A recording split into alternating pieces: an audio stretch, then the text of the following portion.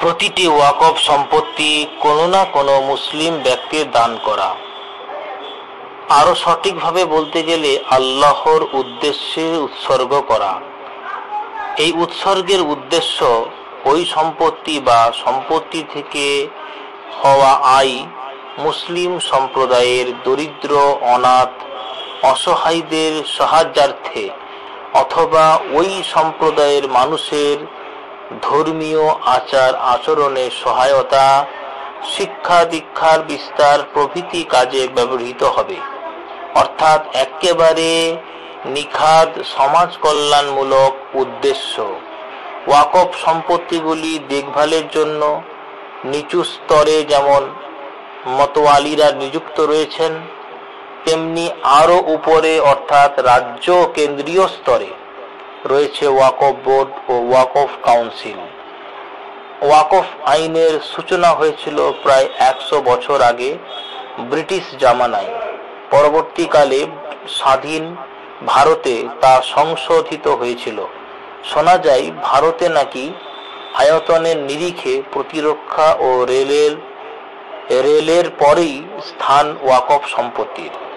Lakh lakh acre জমি, স্থাবর ও অস্থাবর মিলিয়ে যে সম্পত্তির আর্থিক মূল্য আকাশচুম্বী বলা যেতে পারে, গোটা দেশেই বহু সরকারি ও নামী বেসরকারি প্রতিষ্ঠান ও ওয়াকফের জমির উপর নির্মিত হয়েছে বলে খবর।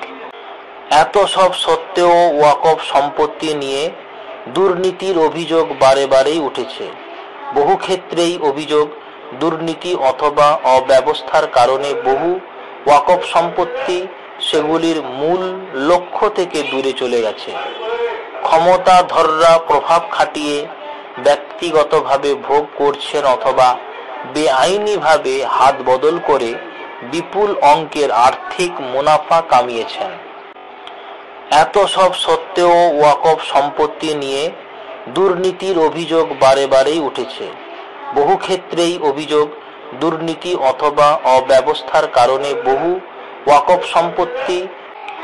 এই অব্যবস্থা ও দুর্নীতির বিরুদ্ধে উপযুক্ত ব্যবস্থা নেওয়ার লক্ষ্যেই নাকি বর্তমান কেন্দ্রীয় সরকার পুরনো ওয়াকফ আইনের সংশোধন করল।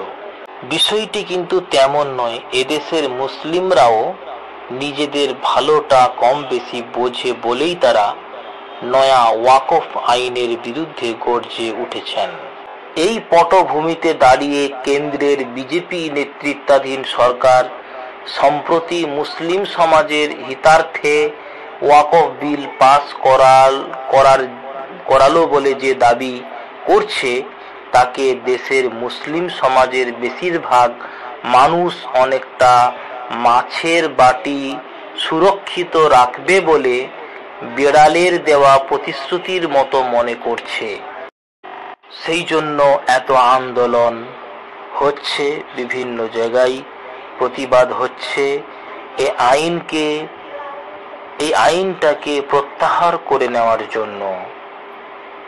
তবে এ প্রতিবাদ, এ প্রতিরোধ, এ আন্দোলন হোক শান্তিপূর্ণভাবে। আইনের অন্য পথ খোলা রয়েছে, সেদিকেও যেতে হবে। তবে মানুষকে বিপদে ফেলে নয় এবং অশান্তি লাগিয়ে নয়, শান্তিপূর্ণ পথে এ আন্দোলন, এ প্রতিবাদ করে যেতে হবে।